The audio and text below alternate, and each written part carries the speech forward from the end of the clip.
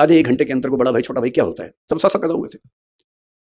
अब जन्म में एक संग सब भाई, भोजन सयन केली करिकाई, वो पूरा चौपाई कहते तुलसीदास जी। बिमल वंश यह अनुचित एकू, बंधु बिहाई बड़े ही अभिषेकू। इतने महान वंश में ये उचित बात नहीं है कि अभिषेक सिर्फ मेरा हो रहा है। क्यों भाई?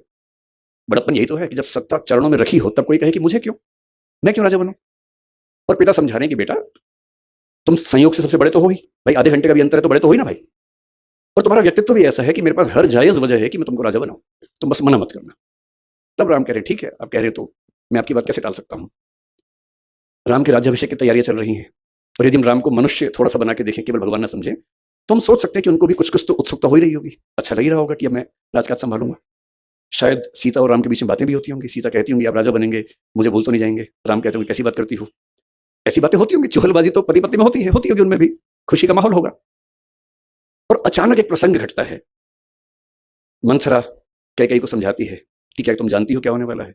कैकेयी बहुत खुश है। कैकेयी कह रही कि हाँ मेरा बेटा राजा बन रहा है, राम राजा बन रहा है, क्योंकि उस समय तक कैकेयी को इस बात का इल्म तक नहीं है कि मेरा बेटा भरत और राम में क्या अंतर है, एक ही बात तो है। और तब मंथरा अपनी बुद्धि से कह रही है, कौन रिप हो हम ही कहानी, चेरी छाणी नहीं हो ब्रानी। कोई भी राजा बने मुझे क्या नुकसान है, मैं तो नौकरानी हूं, रानी थोड़ा ना बन जाऊंगी। पर तुम्हें फर्क पड़ेगा, तुम्हारा बेटा राजा नहीं बन रहा है, कौशल्या का बेटा बन रहा है। और फिर जैसा होता है जिसको हम कहते हैं भड़काना, वो सब चीजें हुई। कैकेयी की बुद्धि फिर गई, ऐसा कह सकते हैं। उनको दो वरदान याद आए अपने, उन्होंने अपने पति से वरदान मांग लिए। दशरथ धर्म संकट में है, एक तरफ बेटे का मोह, जिस बेटे के लिए वो जान दे सकते हैं, इतना प्रेम करते हैं उस बेटे से, उसको राजा बनाने वाले हैं। और दूसरी तरफ है रघुकुल के ही, रघुकुल रीत सदा चली आई, प्राण जाए पर वचन ना जाए। वचन भी नहीं जाना चाहिए, खुद ही वचन दिया था कि तुमने मेरी रक्षा की है तो मैं तुम्हें दो वचन देता हूं।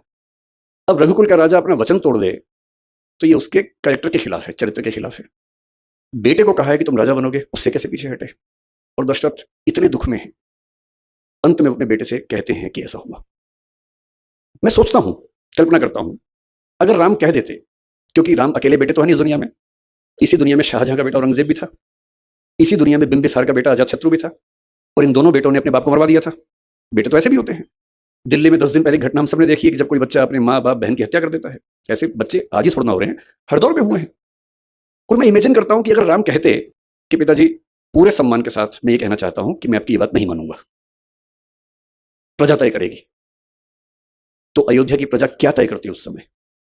क्या अयोध्या की प्रजा राम को जाने देती? नहीं जाने देती। कुछ ऐसा होता जो सारी की सारी पौराणिक परंपरा को बदल चुका होता। पर राम को पता था कि मेरा असली उद्देश्य क्या है, सत्ता या अपने पिता का सम्मान, अपनी वंश परंपरा का सम्मान। और अपने